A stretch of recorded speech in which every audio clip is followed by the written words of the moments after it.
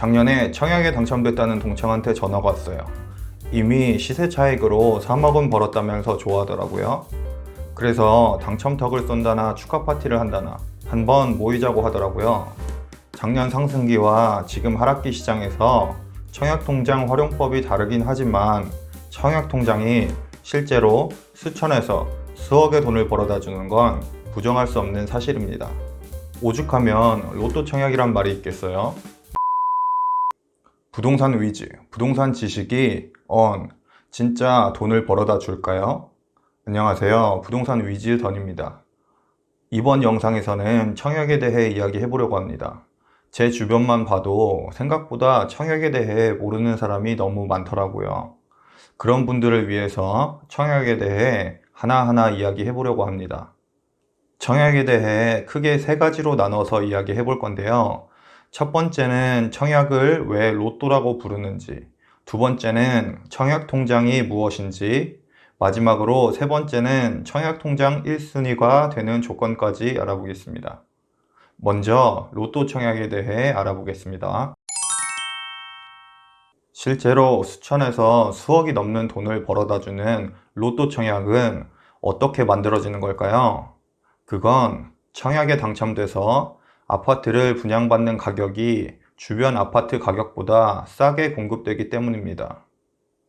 드라마로 예를 들어서 말해보면 최근에 방영했던 위기의 X에서 권상우 부부가 청약에 당첨돼 로또 맞았다면서 좋아하죠.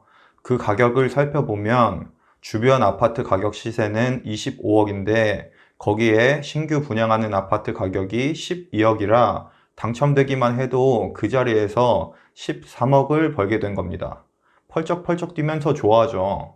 이렇게 앉아서 벌 수 있는 시세 차익이 워낙 크다 보니까 청약에 당첨되기만 하면 로또에 당첨된 것처럼 큰 돈을 벌 수 있다고 해서 로또 청약이란 말이 생긴 거예요. 아니, 이렇게 로또에 비교될 만큼 당첨된 사람들은 큰 돈을 벌어가는데 정부는 왜 신축 아파트를 싸게 줄까요? 여기서 우리가 주목해 봐야 될 것은 국민들이 청약 통장을 많이 만들면 만들수록 정부도 좋다는 겁니다. 2021년 작년 기준으로 청약 통장에 가입한 사람들은 우리나라의 절반인 2,800만 명 정도예요. 이 사람들이 청약 통장에 100만 원씩 가지고 있으면 28조, 500만 원씩만 가지고 있다고 하면 140조가 됩니다. 청약 통장을 만들면 최소한 2만 원에서 보통은 10만 원, 많게는 50만 원까지 매달 돈을 넣고 있는데 정말 어마어마한 규모의 돈이 되죠. 이 돈으로 정부는 대출을 해주거나 아니면 건설 자금으로 이용해요. 이렇게 유용하게 쓰이는 자금줄을 정부는 놓치고 싶지 않습니다. 그래서 혜택을 주는 거예요. 결국 청약이라는 시스템은 정부도 좋고 당첨된 사람도 좋은 게임인 겁니다. 단 당첨된 사람만 좋아요. 이 좋은 청약에 당첨되려면 청약이 뭔지부터 알고 가야겠죠? 청약 통장이 뭔지 아주 기초적인 것부터 정리하고 넘어갈게요. 여러분은 청약이라는 단어의 뜻을 알고 계신가요? 청약은 계약 전에 내가 이걸 팔겠다라고 하거나 이걸 살게요라고 의사표시를 하는 단어입니다. 우리나라에서는 새 아파트를 살 때 청약통장이 필요합니다. 청약통장이 없으면 새 아파트를 아예 살 수가 없어요. 즉, 청약통장을 만든다는 것은 국가에게 제가 주택을 사겠습니다 라고 표시를 하는 겁니다. 사려는 사람들이 너무 많기 때문에 우리나라에서는 그런 방법을 쓰고 있어요. 청약통장으로 분양받을 수 있는 주택은 두 종류가 있습니다. 국민주택과 민영주택이에요. 자세히 볼게요. 국민주택은 국가에서 공급하는 주택이에요. 흔히 알고 있는 LH, SH가 국민주택입니다. 민영주택은 국가에서 공급하는 주택이 아니라 민간 기업에서 공급하는 주택입니다. 레미안이나 자이, 브르지오, 롯데캐슬 등의 아파트가 민영주택이에요. 국민주택은 민영주택에 비해 저렴한 가격으로 분양을 하고 있어서 적은 돈으로 살 수 있다는 장점이 있습니다. 그렇지만 전용면적 85제곱미터 이하, 즉 25평보다 작은 평수의 물건만 공급하고 있어서 평수를 고를 때 제한적이라는 단점도 있죠. 반면에 민영주택은 우리가 알고 있는 것처럼 민간 기업에서 시행하는 거예요. 여러 기업이 경쟁도 해야 되고 브랜드 이미지도 있다 보니까 아무래도 조경이나 마감 등 모든 게 고급스럽게 건축됩니다. 따라서 국민주택에 비해 가격이 비싼 편이죠. 그렇지만 평수에 제한이 없어서 내가 원하는 평수를 자유롭게 선택할 수 있다는 장점도 있습니다. 이제 국민주택과 민영주택의 차이점을 알고 구별하실 수 있으시겠죠? 마지막으로 청약 1순위가 되는 조건도 알아볼게요. 청약 1순위가 되는 조건도 국민주택과 민영주택에 따라 좀 다릅니다. 먼저 서울과 수도권 대부분 지역이 포함되어 있는 투기과열지구, 청약과열지구의 1순위 조건을 알아볼게요. 해당 지역에 2년 이상 거주해야 된다는 것과 과거 5년 이내에 다른 주택에 당첨된 이력이 없어야 한다는 것은 같아요. 참고로 1순위 조건도 거주했던 지역에 따라 당해 지역과 기타 지역으로 나눌 수 있는데 당해 지역, 즉 해당 지역에서 2년을 거주하는 것이 우선적으로 당첨이 됩니다. 여기에 팁을 한 가지 드리자면 기간은 모집 주체마다 다를 수 있으니까 모집 공고를 꼭 확인하셔야 되고요. 거기서 PDF를 다운받으시면 단어 검색창에 계속 띄고 거주, 계속 거주를 입력하시면 좀 더 간단하게 확인을 하실 수 있어요. 그리고 차이점을 보면 아무래도 국가에서 공급하는 국민주택이 조금 까다롭다는 걸 알 수 있습니다. 국민주택은 무주택 세대주만 신청이 가능한데요. 반면에 민영주택은 2주택만 아니면 돼요. 무주택 세대주뿐만 아니라 1주택 세대주까지 신청 가능합니다.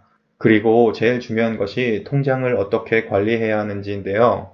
국민주택은 2년 동안 최소 2만원에서 많게는 50만원까지 24번 납입해야 됩니다. 민영주택은 몇 번을 넣어야 되는지에 대한 횟수 제한은 없어요. 대신 2년 이상 가지고 있어야 됩니다. 그리고 예치금이라고 총 얼마의 돈을 넣어야 되는지에 대한 기준이 있습니다. 그 기준 이상 되는 금액만 넣어두면 됩니다. 예치금을 확인해 보시면 화면에 보시는 것처럼 지역이나 면적에 따라 다르니까 꼭 확인해 주세요. 그리고 보시는 것처럼 투기과열지구와 청약과열지구 이외의 지역은 기준이 완화되어 있는 것을 볼 수 있습니다. 투기과열지구와 청약과열지구가 아닌 수도권은 국민주택의 경우 1년 동안 12번 납입해주면 되고요. 민영주택의 경우에는 1년 동안 가지고 있으면 됩니다. 그리고 수도권이 아닌 지역 같은 경우에는 국민주택이 6개월에 6번, 민영주택의 경우에는 6개월만 가지고 있으면 신청할 수 있습니다. 내가 원하는 지역이 어디에 속해 있는지도 필수적으로 확인해 봐야겠죠. 청약에 관련된 정보는 국가에서 운영하는 청약 홈 사이트에서 알 수 있어요. 지금 화면이 보이시죠? 화면으로 보시는 걸로 끝내지 마시고 꼭 직접 들어가서 확인해 보시고 이 사이트에 정보가 많기 때문에 이 사이트와 친해지시는 것까지 추천드릴게요.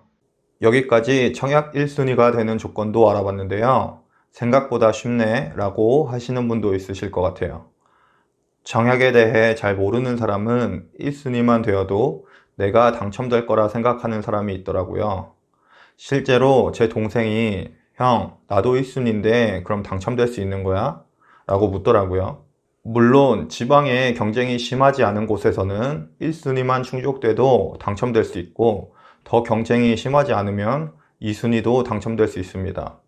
미달이 나는 곳도 있겠죠. 하지만 서울이나 수도권 기준으로 생각하면 1순위는 그냥 기본이라고 보시는 게 좋아요. 1순위가 됐다고 내가 당첨되는 건 아니기 때문이죠. 중요한 건 내가 당첨 등수에 드는 겁니다. 경쟁이 심한 곳 같은 경우에는 경쟁자들이 모두 1순위 준비가 되어 있을 거예요. 반면에 1순위 안에서 경쟁하는 것은 상대평가 개념이죠. 예를 들어 100명이 1순위가 되었는데 물량이 30개 뿐이라면 내가 1순위가 되는 것은 당첨되는데 아무런 도움이 되지 않아요. 상대방보다 더 높은 점수를 받아서 30등 안에 드는 것이 중요하죠.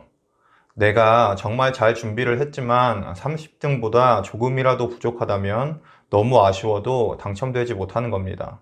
그래서 경쟁이 심한 서울이나 수도권, 투기과열지구나 청약과열지구에서는 1순위에 드는 것은 기본이라고 생각하고 경쟁자보다 높은 등수가 되기 위해 준비해야 됩니다. 오늘은 청약 1순위에 드는 조건까지 알아봤는데요. 영상이 너무 길어지는 것 같아서 이번 영상은 여기서 마무리를 하고 다음 영상에서는 1순위 안에서 또 어떻게 경쟁해야 되는지 본격적으로 알아보겠습니다. 더 좋은 영상으로 찾아오겠습니다. 구독해 놓으시고 다음에도 좋은 정보 얻어가세요. 감사합니다.